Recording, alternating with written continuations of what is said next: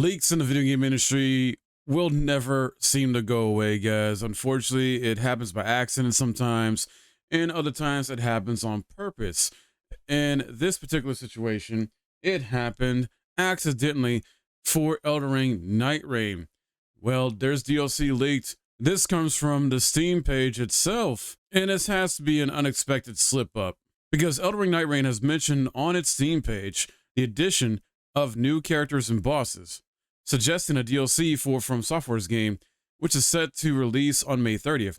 And many of us recently just experienced the closed network test, which had some troubles and stuff like that because initially the first session didn't work at all, like as far as playing online. And then eventually they got it figured out, and then we got to have fun with it. But it ended up being this sort of brief slice, which we expected to be, of a sort of roguelike battle royale type experience.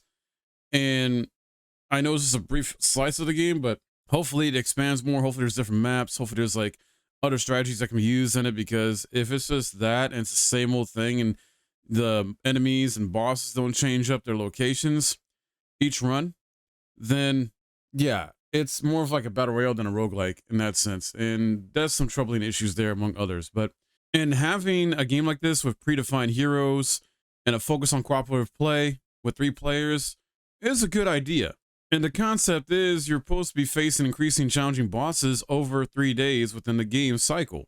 And we've seen in at least one, if not both the trailers, there's going to be bosses added in from previous Souls games, Dark Souls 3 in particular. So it sucks when a leak like this happens with DLC because a lot of people like to be surprised, don't want any spoilers, things like that. So as I mentioned before, according to the game's Steam page, it briefly mentioned the addition of extra playable characters and bosses, but it doesn't seem like it was specific on what those were. And obviously suggesting that DLC is coming to this game, and From Software wants to expand the experience with downloadable content, basically. Although this text was later removed, so it's possible that it was simply taken down because the information was not yet ready to be officially announced. In Elden Ring Nightreign, players will face iconic bosses from both Elden Ring and the Soul Saga alongside new enemies exclusive to this installment. Unlike Elden Ring, though, the base game, original, where players create their own characters, Nightreign lets you choose from a set of predefined heroes. This opens up the possibility that future DLCs may expand the roster of available characters and introduce new bosses. Now, we already know that there's supposed to be 8 predefined heroes. There was only 4 in the recent network test, and I tried out a few of them, and they all feel good for most part. Definitely need some more tuning though. Definitely need to be more balanced out. I was not able to play solo in the network test. I always had to play with people. This game, you can play solo, and it will scale for you accordingly.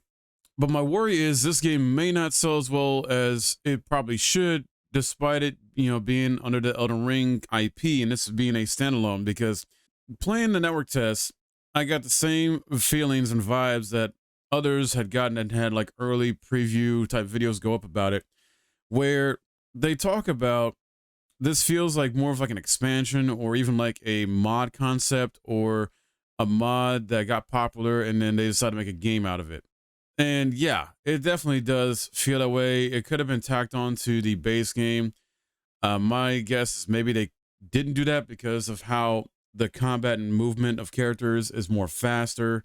It's more fast paced. They want to, get you rushing through the Limgrave lands and getting loot, defeating enemies, defeating bosses. It's just more just fast paced. Each run's supposed to last like 30 minutes to 45 minutes, and you get through days pretty quickly.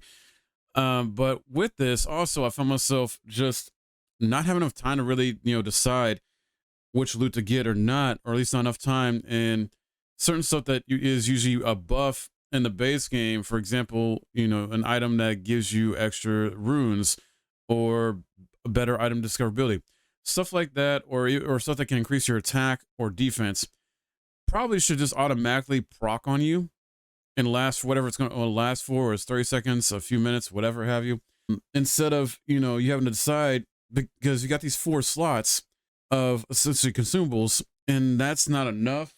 And you don't need a freaking buff taking up one of those slots. We need for something else too. Another thing that didn't seem very practical or just even, a thing to really focus on, finding and using the stone sword keys in Elden Ring Nightreign did not seem all that practical or useful to do to fight those particular bosses that you see in the base game of Elden Ring, original game, where you use Stone Sword Key on that particular area and zone. It's sort of like an extra war boss type of thing.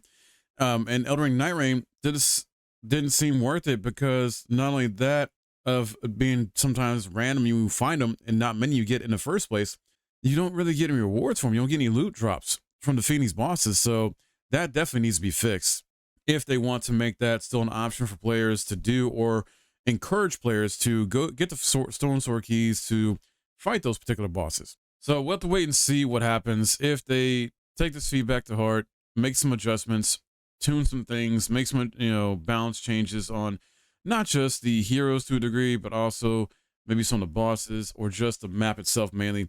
I think there is supposed to be other like areas on the map, or at least other maps, and not just, bosses from older Souls games coming to the game as well.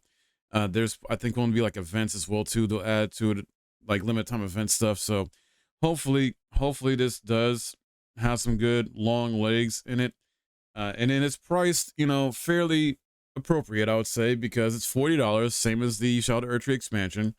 But as of right now, yeah, I can't help but feel like this is definitely like a mod that we're paying for in a sense, or just another expansion they just could have added. But like I said, maybe they couldn't do it because the way the gameplay is set up, it's just a lot different, more fast paced, and probably had to use different code to an extent, and maybe wouldn't have worked for the base game, because Shadow Erdtree is just kind of essentially the same like assets and movements and gameplay in terms of speed and overall feel as the base game, and trying to like add maybe this onto that, which switches up the whole thing. I don't know, maybe it was more complicated, I don't know, than what they anticipated. They had to make a separate game. Who knows, but it's being led by a different person. It's not Miyazaki, so it's someone that's been there for a long time, has a lot of tenure, and has worked on the Souls games in the past. So we'll see what he can do. But yeah, I'm not as hyped as I used to be for it. I don't know about you guys. Hopefully we get some updates on this that get us more hyped for it. We see some changes that are more player friendly, and just overall better experience. So that way this game does do well when it launches, because it's launched on the same day as Lost Soulside, and Lost Soulside's a new IP. And originally I was worried about that doing well from a commercial success and sales standpoint, because that's going to be a full price game versus this being a $40 price game. And now I'm more worried about Elden Ring Nightreign doing well from a commercial sales standpoint and success, because I don't know, man. This is not looking so good, in my opinion right now. But I'll keep you guys updated as soon as I find out more. And we don't know what those DLC bosses or exploitable characters will be exactly just yet. Just we know that they're coming as DLC potentially. So I'm sure they'll probably reveal it maybe before the launch of Elden Ring Nightreign, or maybe they'll reveal it after it launches. We'll see. Let me hear from you guys in the comments though about this. What do you think about this sound off? Would appreciate a like and subscribe if you're new. And I'll see you guys in the next video.